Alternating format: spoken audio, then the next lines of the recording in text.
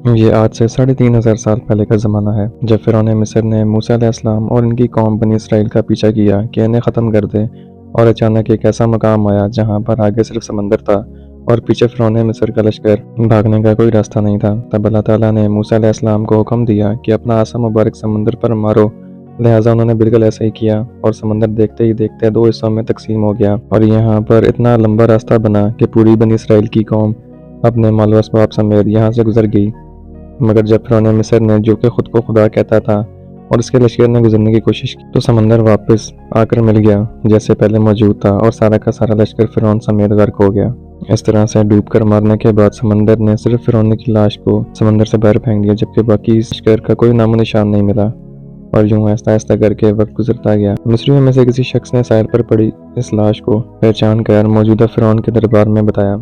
فرعون کی لاش کو محل پہنچایا گیا۔ درباریوں نے مثالیں لگا کر اسے پوری شان و شوکت اور احترام سے تابوت میں رکھ کے محفوظ کر لیا۔ کمال کا اتفاق ہے کہ پورے روح زمین پر صرف یہی قوم تھی جسے مثالیں لگا کر لاشوں کو محفوظ کرنے کا ہنر آتا تھا۔ ایسا لگ رہا تھا کہ اس قوم نے اسی دن کے لیے یہ سب کچھ سیکھا تھا۔ فرعون مصر کی لاش کو مثالہ لگا کر محفوظ کرنے کے عمل کے دوران ان سے ایک غلطی ہو گئی، اور وہ غلطی یہ تھی کہ فرعون کیونکہ سمندر میں ڈوب کر مرا تھا، اور مرنے کے بعد کچھ عرصہ تک پانی میں رہنے کی وجہ سے اس کے جسم پر سمندری نمکیات کی ایک تہہ جم گئی تھی۔ تو مصریوں نے اس کی لاش پر نمکیات کی وہ تہہ اسی طرح سے رہنے دی اور اسے ایسے ہی ہنوت کر دیا۔ وقت گزرتا گیا، زمین و آسمان نے بہت سارے انقلاب دیکھے، جس کے گرد کے نیچے سب کچھ چھپ گیا، حتیٰ کہ فرعونوں کی ہنوت شدہ لاشیں بھی زمین کی تہوں میں چھپ گئیں۔ ان کے نام صرف کتابوں اور ان کی تعمیرات اور شان و شوکت لوگوں کے ذہنوں کے اندر ہی رہ گئے۔ اس کے علاوہ ان کا بنایا گیا سب کچھ ختم ہو گیا۔ اس واقعہ کے 2000 سال کے بعد اس دنیا میں اللہ کے آخری نبی حضرت محمد صلی اللہ علیہ وسلم تشریف لائے، اور ان پر نازل ہونے والی آخری کتاب کے اندر انسانوں کی عبرت کے لیے فرعونوں کے قصے بڑی تفصیل سے بیان کیے گئے۔ اور اسی سلسلے میں فرعون کے جسم کو محفوظ کرنے کے بارے میں بھی ایک آیت نازل ہوئی، جس کے اندر اللہ پاک واضح طور پر فرماتے ہیں کہ ہم تیرے جسم کو آنے والے انسانوں کے لیے عبرت بنا کر محفوظ کر لیں گے۔ اس آیت مبارکہ کی سچائی پر تمام مسلمانوں کا یقین تو تھا، لیکن وہ یہ سمجھنے سے قاصر تھے کہ اس خدائی کا دعویٰ کرنے والے کی لاش بھلا کہاں محفوظ کی گئی ہوگی، اسے کیسے عبرت کا نشان بنایا جائے گا، کون اس کی تصدیق کرے گا۔ یہ اتنا نازک معاملہ تھا کہ ذرا آپ خود سوچ کر دیکھیں کہ قرآن پاک کے اندر بیان کیے گئے اللہ تعالیٰ کے تمام الفاظ میں سے اگر یہ صرف ایک آیت مبارکہ بھی یہ اللہ تعالیٰ کا یہ دعویٰ نعوذ باللہ غلط ثابت ہو جاتا، تو غیر مسلم کفار کے سامنے مسلمان کس منہ سے باقی قرآنی آیات کا دفاع کرتے؟ مگر یہ اللہ تعالیٰ کا کلام ہے، اس کے اندر شک کی کوئی گنجائش نہیں ہے۔ اس لیے ہر دور کے اندر اس نے اپنے آپ کو اور اپنے ایک ایک الفاظ کو منوایا۔ سن 1871 میں مصر کے ایک شہر الغورنیہ سے تعلق رکھنے والے غریب اور معمولی چور احمد عبد الرسول کو فرعونوں کی ہنوت شدہ لاشوں کی طرف جانے کا خفیہ ترین راستہ مل گیا۔ یہ بس اتنا چاہتا تھا کہ فرعونوں کی لاشوں کے ساتھ موجود کیے گئے قیمتی نوادرات یعنی کہ سونا، چاندی، ہیرے، موتی وغیرہ کو چرا سکے۔ یہ دریائے نیل کے کنارے تبیسہ کے مقام پر بیٹھا منصوبہ بندی کر رہا تھا جب اسے خفیہ راستے کا پتہ چلا، اور اس نے یہ جگہ کھودنی شروع کی۔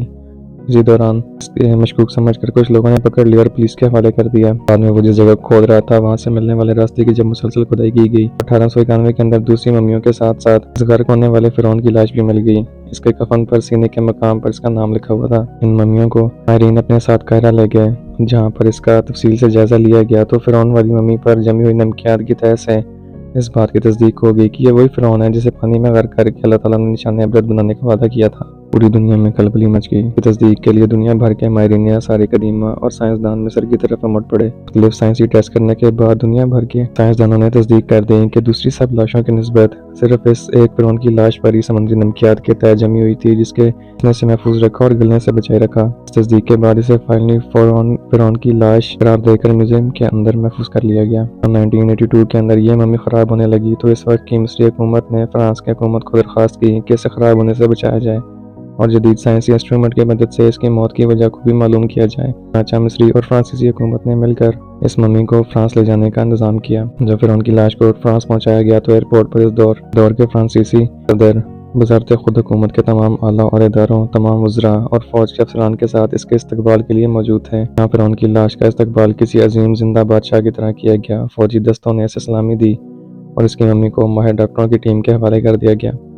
اس ٹیم کے سربراہ تھے ڈاکٹر مورس بکائے، جو مذہبی طور پر کرسچن تھے۔ جب مائکروسکوپک ٹیسٹوں کے ذریعے ممی کے تمام اعضاء کا باریک بینی سے جائزہ لیا گیا تو معلوم ہوا کہ اس کی لاش اور جسم کے اندر سمندری ذرات ابھی تک موجود ہیں۔ یعنی یہ کنفرم ہے کہ اس کی موت سمندر کی ڈوبنے کی وجہ سے ہوئی تھی، کیونکہ سمندری پانی کے اندر ہی اس قدر نمکیات پائے جاتے ہیں۔ مگر ایک بادشاہ کی موت پانی میں ڈوبنے کی وجہ سے ہوئی، یہ سوچنا اپنے آپ میں ایک بہت حیرت انگیز سوال ہے،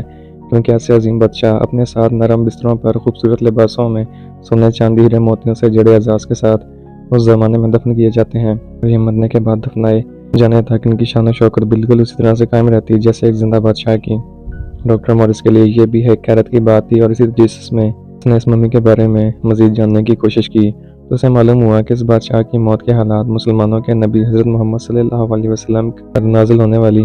کتاب قرآن پاک کے اندر آج سے 1400 سال پہلے تفصیل سے درج ہیں۔ یہ پتا تھا کہ جہاں سے یہ لاش ملی ہے وہ ایک اسلامی ملک ہے، چنانچہ تجسس کے ہاتھوں مجبور ہو کر وہ مصر پہنچا۔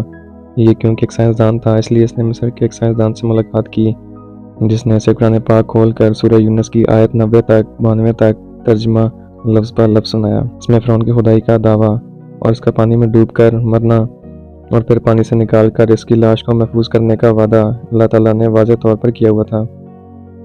ان قرآنی آیات کا اشارہ بالکل واضح تھا اور صرف ایک جانب تھا کہ تجھے میں مرنے کے بعد آنے والوں کے لیے محفوظ کر کے عبرت کا نشان بنا دوں گا۔ ڈاکٹر موریس نے جب اس قرآنی آیات کا ترجمہ پڑھا تو بے اختیار چلا اٹھا کہ بالکل قرآن سچی کتاب ہے، اس کا ایک ایک لفظ اور اللہ کے پیغمبر حضرت محمد صلی اللہ علیہ وسلم سچے ہیں۔ اسی وقت کلمہ پڑھا اور مسلمان ہو گیا۔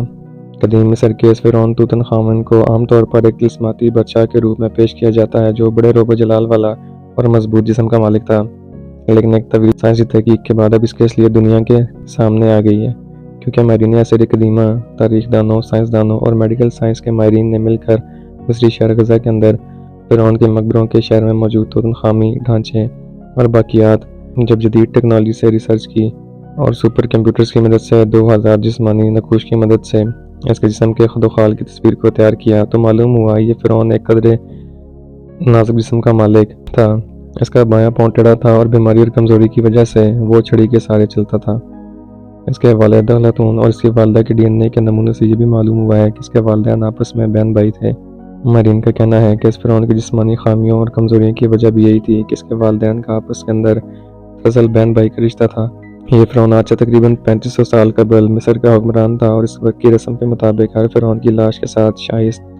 استعمال میں رہنے والی کچھ چیزیں بھی ساتھ میں دفنائی جاتی ہیں، جس میں سب سے اہم کچھ ہتھیار تھے۔ اور اس فرعون کے ساتھ جس خنجر کو دفن کیا گیا تھا، اس پر ریسرچ کے مطابق اس کو دراصل کسی شاپ ثاقب یا اسٹرائڈ سے حاصل ہونے والے کسی لوہے سے تیار کیا گیا تھا، جو اس سے پہلے تقریباً 1925 کے اندر برطانوی ماہر عصر قدیمہ ہرشے بالکل یعنی ان دونوں کی کیمسٹری بالکل ایک جیسی ہے۔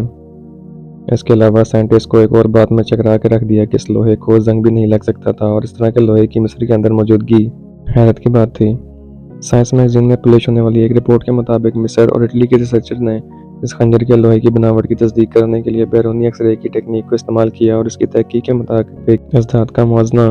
اس اسٹرائڈ سے کیا جا سکتا ہے جو کہ مصری بحر احمر والے ساحل پر 2000 کلومیٹر کے دائرے میں کبھی گرا تھا۔ اگر آپ پبلش ہونے والی اس ریسرچ کا گہرائی سے مطالعہ کریں تو آپ یہ جان پائیں گے کہ قدیم مصری 1300 قبل مسیح سے یہ جانتے تھے کہ لوہے کے یہ ٹکڑے آسمان سے گرے ہیں، جبکہ یہ بات مغرب کو 2000 سال بعد یعنی آج سے تقریباً 1300 سال پہلے کافی سائنٹیفک ریسرچ سے پتہ چلا یہ حاصل ہوئی، جبکہ مسلمانوں کو آج سے 1400 سال پہلے اللہ کے رسول صلی اللہ علیہ وسلم نے قرآن پاک کے اندر واضح طور پر یہ بیان کر دیا تھا کہ لوہے جیسی دھات زمین پر پیدا نہیں ہوتی بلکہ آسمان سے یا پھر خلا میں کہیں سے آتی ہے، اور یہ قرآن کی ایک اور سائنٹیفک معجزے کی طرف اشارہ کرتی ہے۔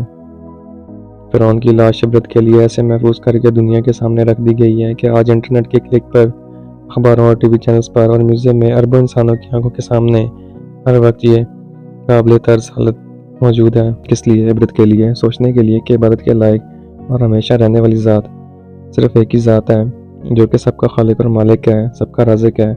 اور اگر دنیا کے انسانوں میں واقعی کوئی خدا موجود ہے تو وہ اپنی قوم کو تباہ ہونے سے پہلے خود کو اللہ کے عذاب سے بچا کر دکھا دے۔